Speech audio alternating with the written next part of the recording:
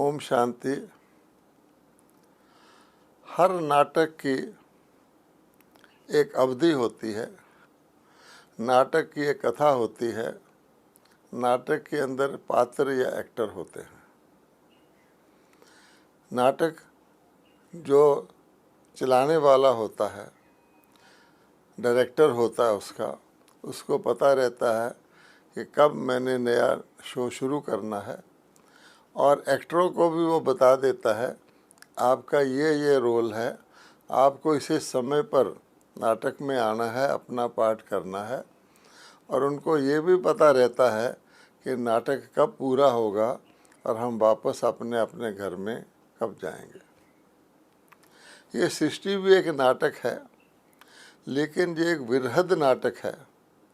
इसकी भी अवधि है, ये शुरू होता है, ये चलता है, इसकी कथा पूरी होती है, फिर ये समापन की ओर आता है।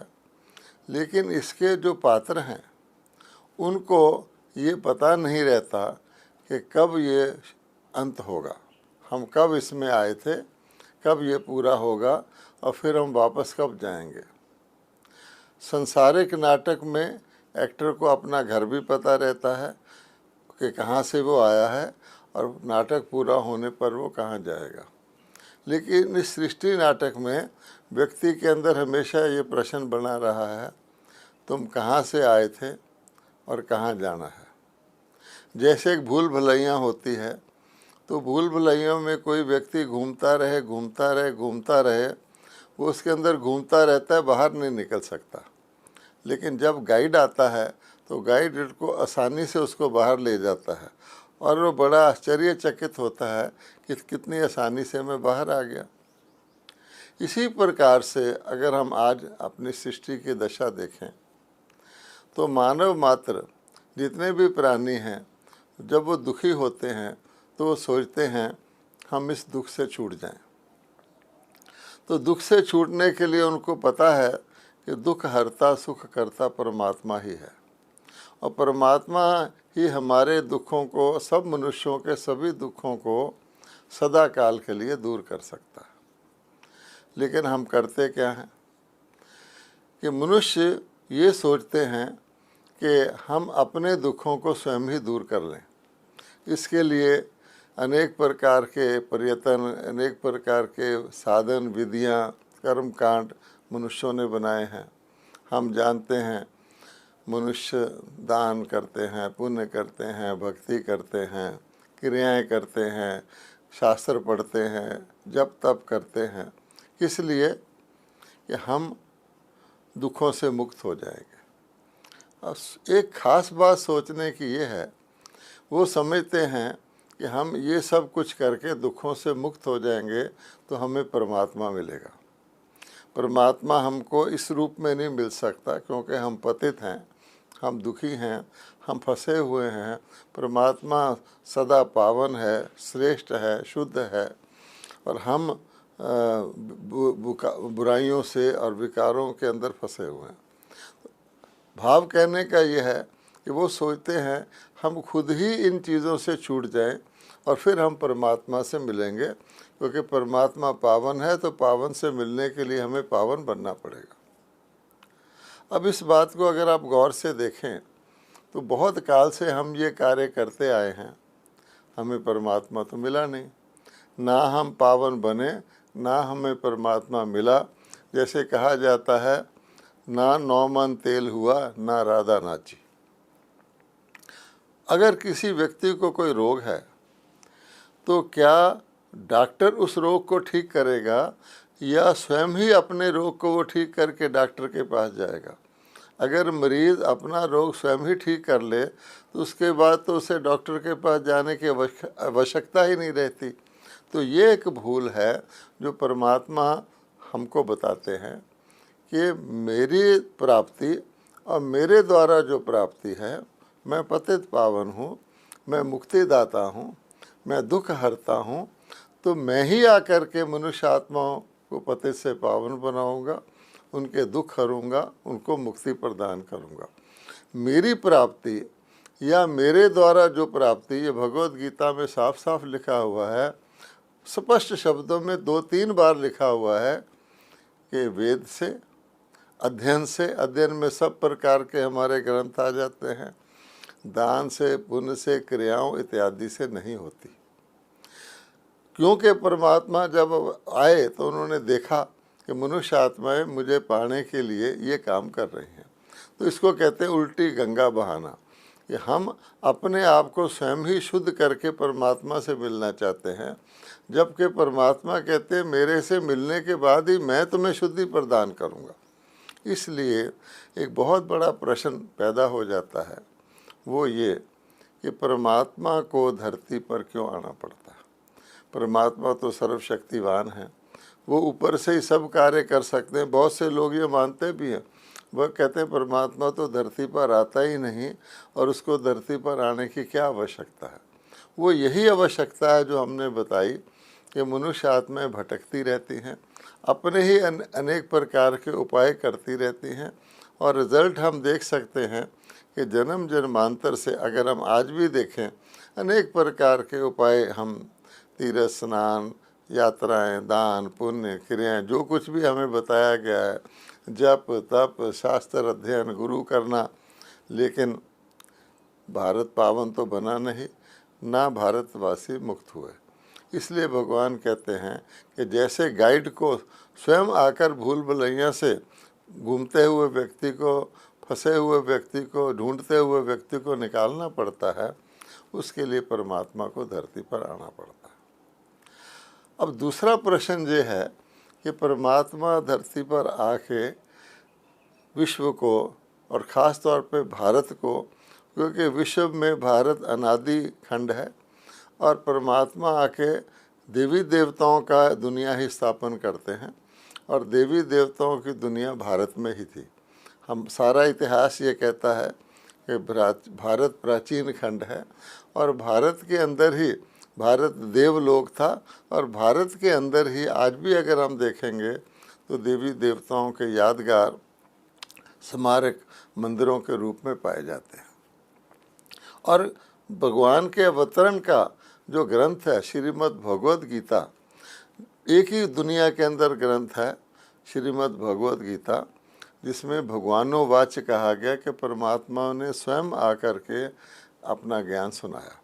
यद्यपि गीता की दुनिया के अंदर बहुत मान्यता है, गीता का ट्रांसलेशन अनेक भाषाओं में हो चुका है, और गीता के ऊपर टिप्पणियाँ या भाष्य, कई प्रकार की कमेंट्रीज अनेक लोगों ने लिखी है। इसकी पॉपुलैरिटी तो है, लेकिन क्या भगवद गीता का ग्रंथ अगर हम आज पढ़ें तो हमें उससे परमात्मा की प्राप्ति हो सकती है, परमात्मा का परिचय मिल सकता है?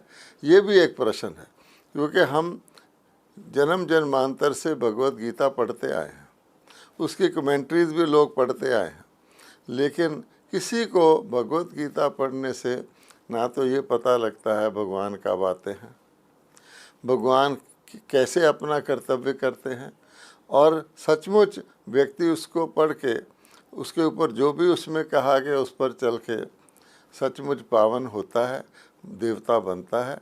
ये भी एक विचार का विषय है कि ऐसा नहीं है। ख़ास तौर पे गीता के अंदर ही लिखा हुआ है कि जब धर्म की ग्लानि होगी, पाप का घड़ा भरेगा, तो मैं पुनः आकर के सत्य धर्म की स्थापना करूँगा। अगर भगवान की गीता पढ़ने से, जो मनुष्यों ने बाद में गीता बनाई है, विद्वानों ने बनाई है, वेद व्यास जी ने बनाई, मनुष्य पतित से पावन बन सकता, जो कार्य भगवान ने करना था वो गीता पढ़ने से ही हो जाता, तो भगवान के ये वाक्य गीता में ना होते कि मैं दोबारा आऊँगा, यदा यदा ही, मैं फिर आऊँगा, युगे युगे आऊँगा और आकर के ये कार्य करूँगा। इससे स्पष्ट है कि परमात्मा ही दोबारा आकर के अपना परिचय देते हैं। अब क्वेश्चन पैदा होता है कि गीता पढ़ने से परमात्मा का परिचय मिलता है, और परमात्मा के परिचय की आवश्यकता क्या है? क्योंकि जब भी हम किसी से कहते हैं कि गीता के भगवान के बारे में जानो, श्री कृष्ण जी गीता के भगवान नहीं हैं, गीता का भगवान परम पिता परमात्मा है, तो वो कहते हैं हमें क्या लेना है, हम इस विवाद में पड़े क्यों? श्री कृष्ण जी ने सुनाई या किसी और ने सुनाई? हमें तो गीता का ज्ञान धारण करना है और हमें आम खाने हैं या पेड़ गिरने हैं, ऐसी ऐसी बात कहते हैं। तो वो ये समझते हैं कि एक प्रचलित मान्यता बहुत काल की जो चली आ रही है उसमें ब्रह्मा कुमारी आके विवाद खड़ा कर रही है। वास्तव में ब्रह्मा कुमारी का या ब्रह्मा बाबा का ऐसा कोई लक्ष्य नहीं है। गीता के भगवान को जानना इसलिए आवश्यक है कि गीता के अंदर ही भगवान ने कहा हुआ है कि मैं जो हूँ, जैसा हूँ, अगर वैसा मुझे जानकर मुझे याद करोगे तो मैं तुम्हें सब पापों से मुक्त करूँगा और मैं तुम्हें मनुष्य से देवता, नर से श्री नारायण या आसुरी संपदा वाले व्यक्ति से दैवी संपदा वाला व्यक्ति बनाऊँगा। अगर हम यही नहीं जानते कि परमात्मा कह रहा है मुझे याद करो, कि जिसको याद करना है वो कौन है, किस रूप में याद करेंगे, और उसने खास कहा हुआ है जो हूँ जैसा हूँ, बल्कि गीता में लिखा हो जितना हूँ उस रूप से मुझे याद करोगे तब मेरे से आप मिल सकते हो, मेरे से कनेक्ट हो सकते हो, नहीं तो हो ही नहीं सकते। आज स्थिति क्या है? हम सब बहुत काल से ये मानते आए हैं कि जिसने ये ग्रंथ लिखा है कि गीता है तो भगवानोवाच्य, लेकिन भगवान ने श्री कृष्ण के रूप में जन्म लेकर अवतरित होकर ये गीता सुनाई थी। अब अगर हम इस बात को गौर से देखें तो परमात्मा ना तो जन्म लेते हैं, ना वो अपना शरीर धारण करते हैं, ना वो शरीर त्यागते हैं।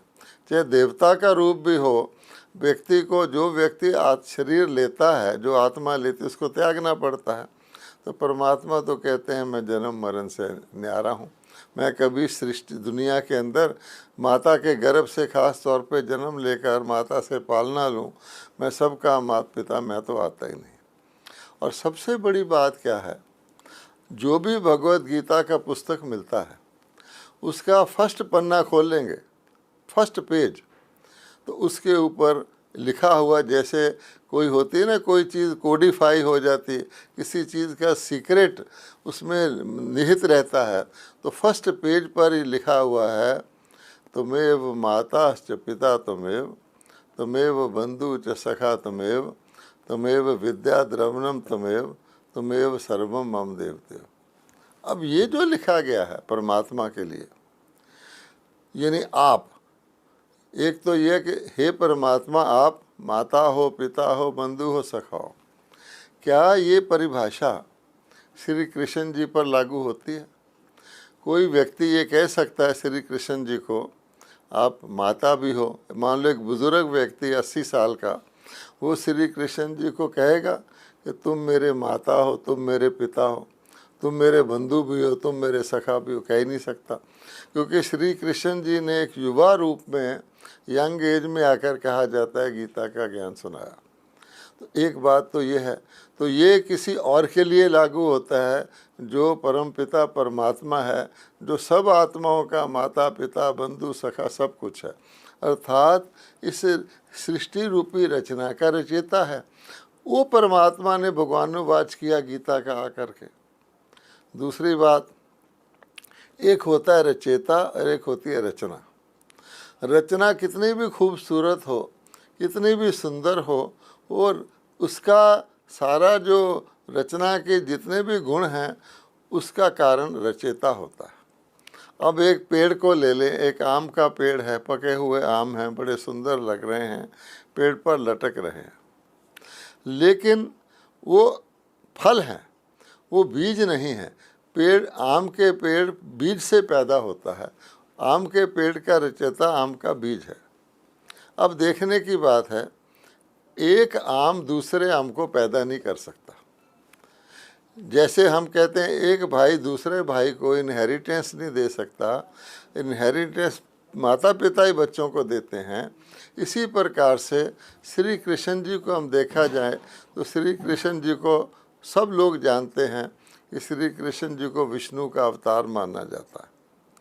कहा भी जाता है श्री कृष्ण गोविंद हरे मुरारे हे नाथ नारायण वासुदेवा। अब विष्णु जी स्वयं भी, ब्रह्मा विष्णु और शंकर तीन त्रिमूर्ति रूप से परमात्मा के प्रथम रचना है। तो जो रचना की भी रचना है वो परमात्मा कैसे हो सकते हैं?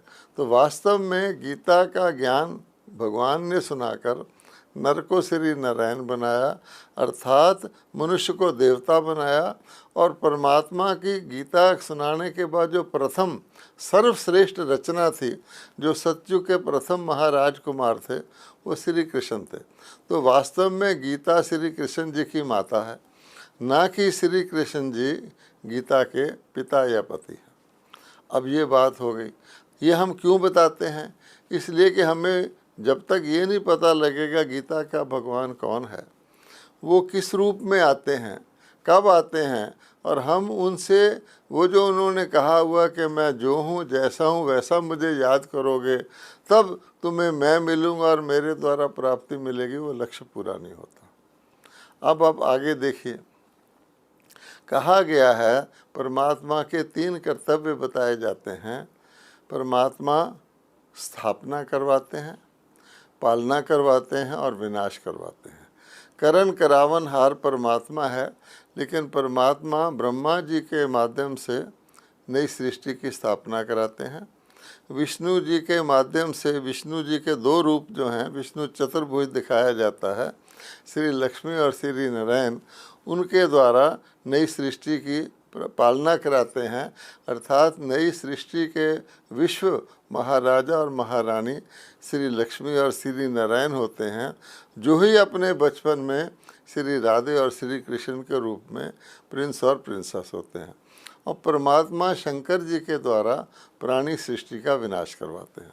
ये परमात्मा के 3 कर्तव्य गाए गए हैं। अब सोचने की बात है कि जब परमात्मा ब्रह्मा जी के द्वारा नई सृष्टि की स्थापना कराते हैं, तो परमात्मा ने गीता का ज्ञान ब्रह्मा जी के द्वारा सुनाया होगा, ना कि विष्णु जी के द्वारा या शंकर जी के द्वारा, क्योंकि ज्ञान की आवश्यकता भी नई सृष्टि से पहले होती है। नई सृष्टि को परमात्मा ज्ञान देकर उसकी रचना करते हैं। और हम जानते हैं कि ब्रह्मा जी को आदि देव कहा जाता है, ब्रह्मा जी को देवता नहीं कहा जाता है, यानी देवताओं से पहले होने वाला। तो देवताओं से पहले ही परमात्मा ज्ञान सुना के उनको देवता बनाते हैं, जो उनसे पहले मनुष्य होते हैं। इसीलिए आप देखेंगे कि ब्रह्मा जी को एक बुजुर्ग के रूप में भी दिखाया जाता है और उनके हाथ में वेद ग्रंथ भी दिखाए जाते हैं, अर्थात परमात्मा ने ब्रह्मा जी के द्वारा ज्ञान दिया। अच्छा, अब बहुत सारी बातें हैं।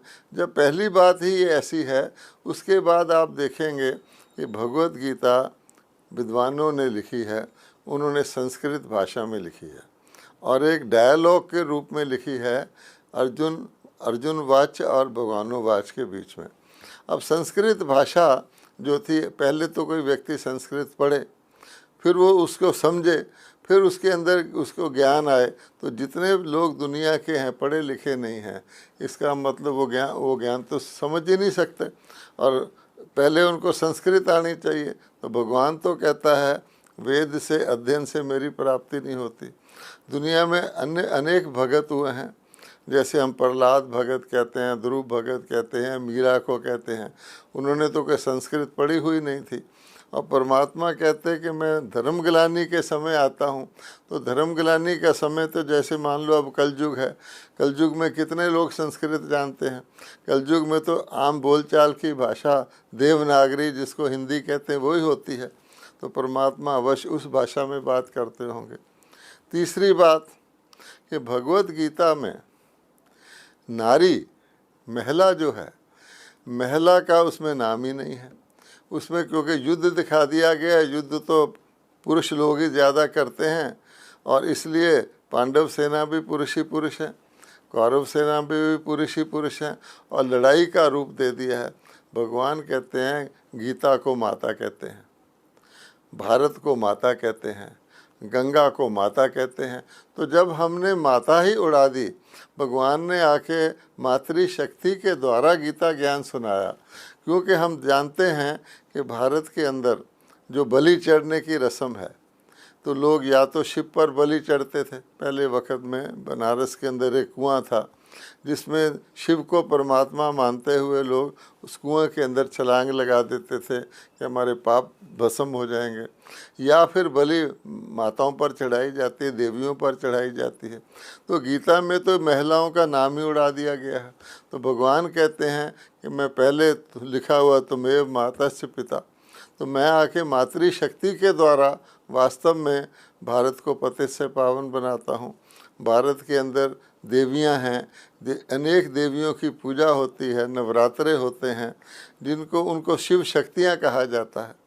और कहा जाता है शिव से गंगा निकली थी, जिसको भागीरथ लाए थे। तो गंगा कोई पानी की गंगा तो निकाली नहीं थी, शिव ने ज्ञान गंगाएं, चेतन गंगाएं निकाली और उन ज्ञान गंगाओं के द्वारा भारत को पावन बनाया। तो वो जो एक्चुअल वृत्तांत है वो अब घटित हो रहा है, क्योंकि हम देखते हैं वो विनाश का समय भी आ रहा है, धर्मग्लानि का समय भी आ रहा है। भगवत गीता तो बुक के रूप में पढ़ी ही जा रही है, लेकिन उसके बावजूद भी धर्मग्लानि बढ़ती जा रही है।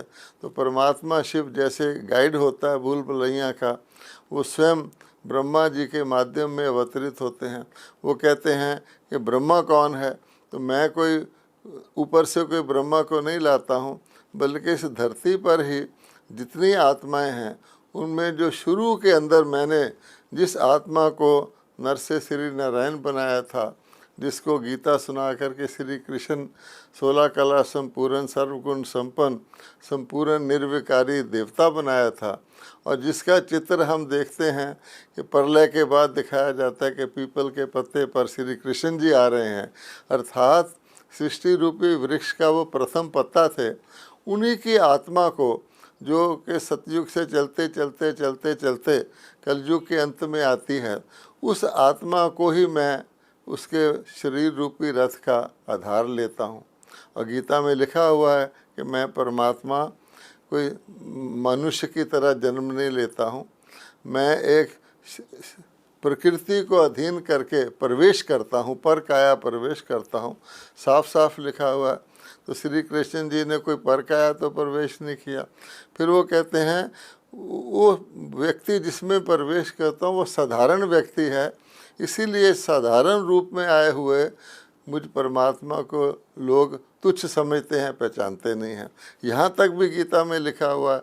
लेकिन जैसे भूल भुलैया के गाइड ही बताता है, तो भगवान आके फिर रेफ़र करते हैं कि देखो मैंने तो बताया ही हुआ है कि मैं आकर के ब्रह्मा के भाग्यशाली शरीर रूपी रथ में प्रवेश करता हूँ, इसलिए इसको भागीरथ कहा गया। भाग्यशाली शरीर रूपी रथ, लेकिन किसका? वो भागीरथ कौन? तो प्रजापिता ब्रह्मा। और शास्त्रों में उन्होंने कहानी बना दी है कि शिव जी से गंगा निकली थी, जिसको भागीरथ शंख बजाता हुआ भारत में लाया था। अब शंख से तो गंगा नहीं आती, लेकिन शंख से बोला जाता है, भगवानोवाच किया जाता है, शंख ध्वनि की जाती है। इसलिए भगवान कहते हैं कि मैं आकर के फिर वही जब समय आता है तो उसी आत्मा को मैं आधार बनाता हूँ, और उसके साथ साथ अन्य आत्माएं जो सतयुग के अंदर थी उन्हीं आत्माओं को मैं फिर आके, जैसे बीज होता है, बीज से जड़ निकलती है, तो मैं बीज रूप परमात्मा उन्हीं आदिकाल की आत्माओं को आकर के, जिनमें अधिकतर मातृशक्ति है, क्योंकि भगवान कहता है वंदे मातरम जो कहते हो, मातृशक्ति के द्वारा ही मैं उद्धार करता हूँ। और उसको कृष्ण जी के साथ गोपियों के रूप में दिखाया गया है। और कहा गया भगवान ने वस्त्र हरण किए, तो परमात्मा ने कोई शारीरिक वस्त्र तो गोपियों के हरण नहीं किए, लेकिन बॉडी कॉन्शियसनेस से उनको दूर कराया, अर्थात उनके देह भान से मुक्त कराया। और गीता के फर्स्ट चैप्टर में यही कहा गया है कि तुम आत्मा हो, तुम शरीर नहीं हो। तो वो सारी जो वृत्तांत है उसमें लिखा तो गया भिन्न भिन्न स्थानों पर, परंतु उसका भाव अर्थ बदल दिया गया।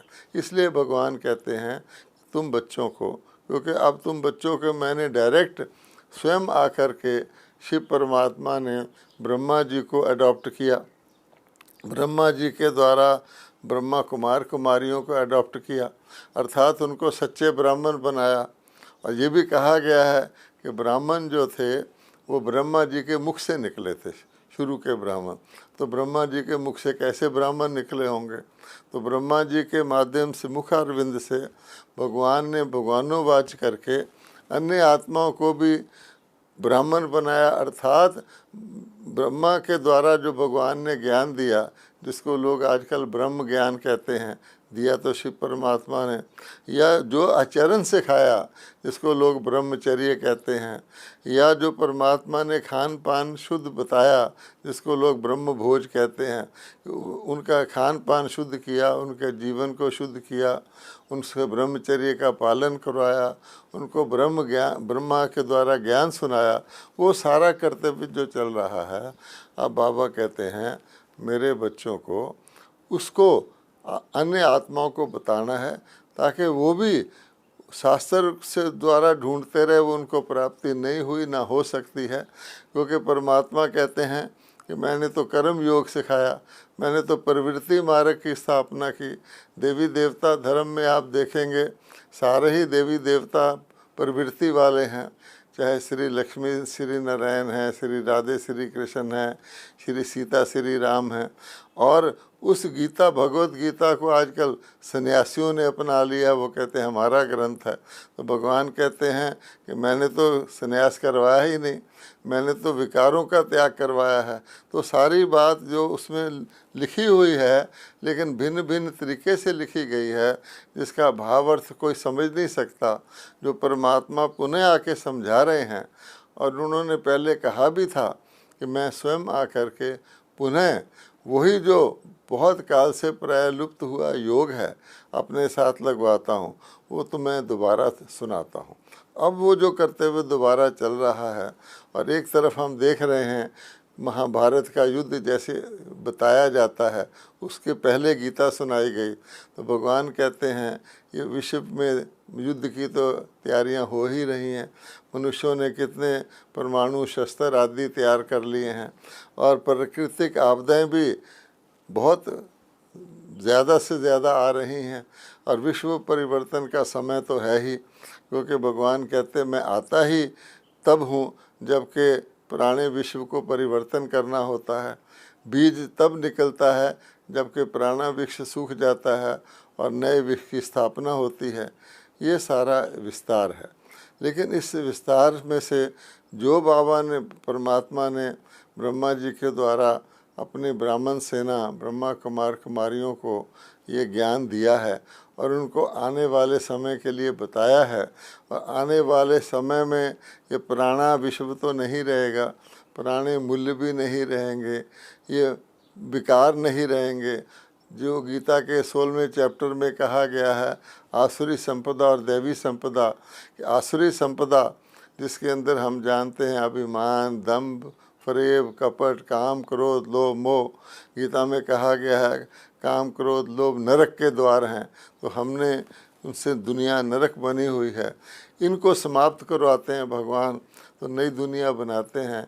ये सारा संदेश हमने भारतवासियों को देना है, अपने जीवन के द्वारा देना है, ताकि भारतवासी पुनः परमात्मा जो आए हैं उनको पहचान करके उनसे योग लगाकर अपना जो अविनाशी उत्तराधिकार है सतयुग, आने वाले सतयुगी दुनिया का, जीवन मुक्ति का, वो प्राप्त कर सकें।